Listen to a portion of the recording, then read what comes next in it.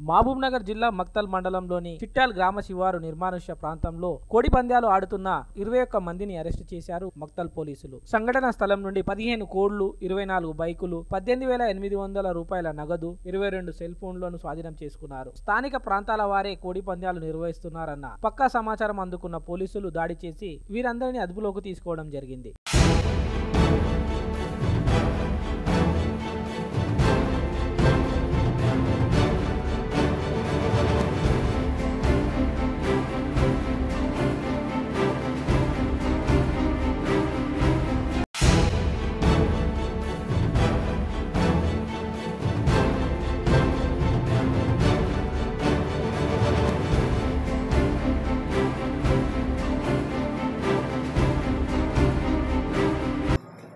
గత కొన్ని రోజుల నుంచి కోళ్ల పందాలు ఆడుతున్నారన్న సమాచారం పైన మా అధికారుల సూచన మేరకు ఈరోజు మక్తల్ పోలీసు వారితో దాడి చేయగా 25 మంది, 15 కోళ్లు, 18,600 రూపాయలు, 22 సెల్ ఫోన్స్, 24 మోటార్ సైకిల్ను స్వాధీనపరచుకున్నారు.